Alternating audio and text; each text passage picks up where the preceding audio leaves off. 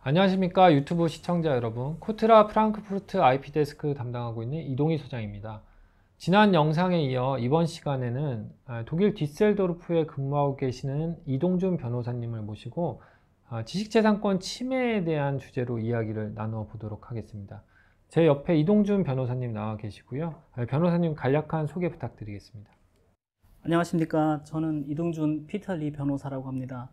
1999년도부터 듀셀에서 지적재산권 그리고 지적재산권 전문 변호사로서 특허, 상표, 디자인, 저작권 케이스를 주로 다루고 있습니다. 네, 이동준 변호사님 반갑습니다. 오늘 주제가 아무래도 지식재산권 침해라는 내용인데요. 아무래도 일반 분들께서는 지식재산권 침해라는 단어가 아무래도 생소할 것 같습니다. 관련해서 변호사님께서 우선 간단하게 지식재산권 침해라는 용어에 대해서 설명을 좀 부탁드리겠습니다. 일반적으로 사실 저희가 경험할 수 있는 침해 행동은 다양합니다. 예를 들어서 휴가 때 짝퉁 물건 사는 것도 지적재산권 침해 될 수가 있고, 소위 말하는 영화 다운로드 아니면 음악 다운로드도 저작권의 침해가 될 수가 있고요. 이 침해 행위에 대해서는 상당히 다양하다고 생각을 합니다. 추가적으로 독일 저작권상 이 사진, 제3자가 찍은 사진을 사용하는 자체도 저작권 침해라고 봅니다. 그래서 페이스북에 올려놓은 사진을 예를 들어서 복사해서 사용을 하게 되면 저작권 침해라고 독일에서는 판단이 됩니다. 회사일 경우는 제 생각에는 소장님이 추가적으로 질문을 하실 것 같고요. 근데 일방적으로 사이에서 일어나는 침해는 제일 자주 보이는 침해는 사진을 복사하는 경우가 보입니다. 일 겁니다. 네, 설명 감사드립니다. 일상생활에서는 아무래도 저작권 관련된 침해들이 많이 이루어지는 것 같고요. 아무래도 저희들이 우리 국내 기업분들을 위해서 이 영상을 제작하다 보니까 국내 기업 입장에서 관련된 지재권 침해에 대해서 조금 더 변호사님께 여쭈어 보도록 하겠습니다. 제가 2014년부터 IP데스크를 담당하면서 국내 기업분들이 독일 전시회 또는 독일 지사를 통해서 자사의 물건을 홍보 및 판매를 많이 하고 계시는데요. 이런 상업행위를 하시다 보면 종종 독일 기업 또는 제3자로부터 관련된 지재권 침해로 인해 상표 침해, 특허 침해 또는 디자인 침해로 인해서 경고장 또는 가처분 소송을 당하기도 하는데요. 이런 케이스를 접하다 보면 국내 기업 입장에서는 상당히 난처하고 관련된 법 지식이 없다 보니 당황스러울 수밖에 없습니다. 변호사님께서는 아무래도 현업에서 이런 사례들을 많이 다루어 보셨을 것 같은데요. 관련해서 간단한 사례 소개 및 대응 방법이 있다면 어떤 것이 있는지 좀 안내를 부탁드리겠습니다. 일단 박람회라고 하셨는데 저희 경험상에 박람회에 나오시는 한국 회사들은 이 무역 아니면 판매, 영업을 하기 위해서 나오시는 분들이라서 지적재산권 침해 때문에 경고장을 받는 경우에 전문 지식이 없는 관계로 대응을 안 하실 때가 많습니다. 그래서 안타깝게도 대응을 제때 그 자리에서 안 하셔서 역효과, 가처분 신청 및 소송이 이루어질 상황이 많습니다. 그리고 박람회 때 지적재산권 침해가 이뤄질 경우에는 가처분을 통해서 영업 금지가 되기 때문에 집행관이 법원 명령을 제출을 하면서 침해 제품을 다 싹 치울 수가 있게 됩니다. 그럴 경우에는 사실 그 한국 회사로서는 박람회가 그 자리에서 끝나기 때문에 상당히 안타까운 상황들이 많이 있죠. 네, 박람회의 경우를 말씀 주셨는데요. 그렇다면 일상적으로 독일의 법인을 가지고 계시고 지사와 기타 등등 현지에서 영업을 하고 계시는 분들도 이런 경고장 또는 가처분 소송 등을 당하실 수도 있을 것 같습니다. 이런 케이스도 좀 있으신지, 그리고 어떻게 또 대응을 해야 되는지 또 한번 소개를 부탁드리겠습니다. 예, 일단 박람회 아니라도 지적재산권 침해일 경우는 독일에서 제일 일방적으로 일어나는 것은 경고장입니다. 그래서 경고장을 받아서 대응을 해야 하는 부분에 대해서 말씀을 드리자면 경고장에는 대부분 선언서가 같이 붙어서 나옵니다. 그 선언서를 바로 사인을 안 하시고 변경하셔서 유리하게, 한국 회사에 유리하게 변경을 하셔서 대응을 하는 게 맞다고 봅니다. 이제 우리 한국 회사들은 경고장을 떠나서 자체적인 상표를 보호를 하셔야 되는데 등록 아니면 출원 자체를 많이 안 하시는 것 같아요.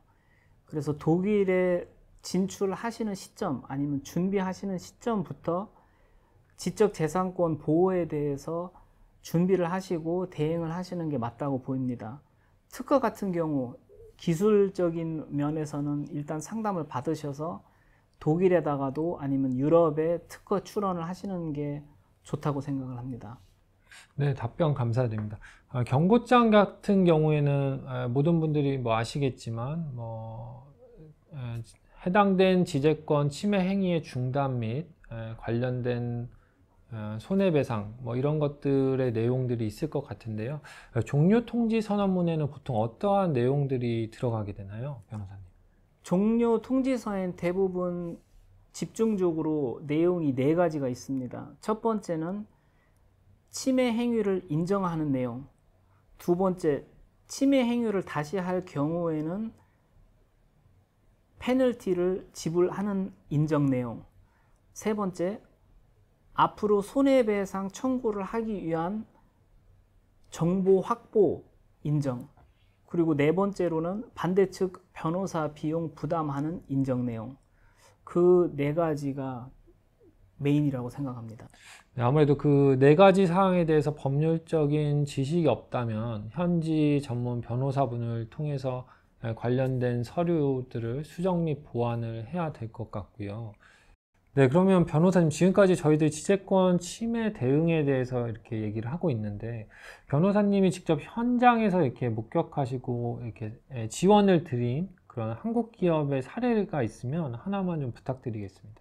네, 일단 독일 박람회가 해마다 이루어지는 박람회가 있고, 너무 전문적인 박람회 주제에 있는 회들은 2년 내지 3년마다 이루어지는 박람회가 있습니다. 그래서 거기에 따라서 한국 회사가 박람회에 참석을 했는데 특허 침해 때문에 경고장도 받고 경고장에 대응을 안 하셔갖고 가처분 신청까지 박람회에 이루어진 거예요.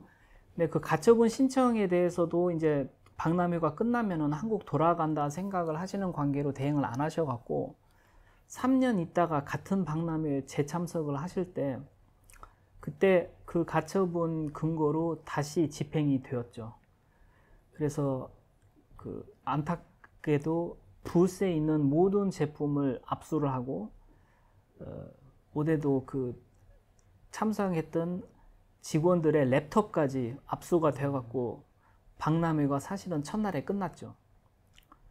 그래서 다시 말씀을 드리자면 이 가처분 신청 그리고 특히 경고장이 박람회에서 전달이 되면 바로 대응을 하셔야 합니다. 네, 독일 박람회가 아무래도 기간이 너무 짧다 보니까 독일 당국에서도 관련된 지재권 침해가 발생하였을 때는 신속하게 대응을 해주는 추세인 것 같습니다. 아까 말씀해 주신 사례에 대해서 조금 더 여쭤보고 싶은데요. 관련된 제품이라든지 그리고 상대 측에서 뭐 요구했던 사항들 좀 세부적인 내용이 있으면 조금 더 말씀해 주실 수 있을까요? 일단은 가처분 신청에는 당연히 그 침해된 제품이 나와 있는데 실질적으로 가처분 내용을 전달하는 담당부는 집행관입니다. 집행관은 특허의 전문가가 아니라서 이 가처분 신청을 전달을 하면서 집행을 할 경우 비슷한 제품들을 다 집행을 하게 됩니다. 그러니까 침해 제품이 아니라도 그 보호 범위에 들어갈 수 있다 생각을 하면은 집행관이 일단 모든 제품을 압수를 하게 됩니다. 그래서 한국 회사 측에서는 그것도 염려를 두셔야 되고, 그리고 원고 측, 그러니까 신청자 측에서도 이 집행관이 전문가가 아니라는 것을 알기 때문에 대부분 변호사를 붙여서 가처분 신청을 전달할 경우가 많아요. 그러면 집행관은 그쪽 변호사 말을 듣고 압수를 할 때가 많습니다. 아울러 우리 한국 의사들은 전문가가 나와 있지도 않고 박람회에 참석하는 분들은 대부분 영업하시는 분들이기 때문에 거기에 대한 대응을 전혀 안 하셔서 그냥 그날로 짐 싸고 들어가시는 분들이 많습니다. 상당히 안타까운 상황들이죠. 네, 말씀 감사드립니다. 그럼 변호사님, 최종적으로 지재권 침해 시 우리 기업의 대응 방안에 대해서 최종적으로 한번 정리를 한번 부탁드리겠습니다. 예, 제 생각은 한국 회사든 독일 회사든 이 경쟁자가 누군지, 본인들의 제품들이 어떤 다른 회사 제품에 침해가 될지에 대해서는 사실은 회사들이 제일 잘 알고 있습니다. 그래서 신제품을 개발할 때 아니면은 영업을 하기 위해서 선전할 시점부터 검색을 해야 한다고 생각을 합니다. 신제품 개발을 할 때 제품에 대한 이름 아니면 브랜드를 바로 등록을 하시고, 등록하시기 전에 사전 검색도 하시고, 신기술 개발하실 때 변리사 통해서 자문도 받으시고 처음부터 그런 식으로 대응하는 게 중요하다고 생각합니다. 네, 설명 감사드립니다. 이상 이동준 변호사님 모시고 오늘 지재권 침해 시 대응 방안에 대해서 이야기 나누어 보았고요. 저희가 시간 관계상 여러분들이 아시고 싶어 하시는 모든 사항들을 저희들이 설명드릴 수는 없었을 텐데요. 관련된 댓글 또는 이메일 등을 통해서 문의 주시면 저희들이 답변 드리도록 하겠습니다. 다음 시간에는 지재권 피침해에 대해서 이동준 변호사님 모시고 또 한번 이야기 나누어 보도록 하겠습니다. 지금까지 시청해 주셔서 감사합니다.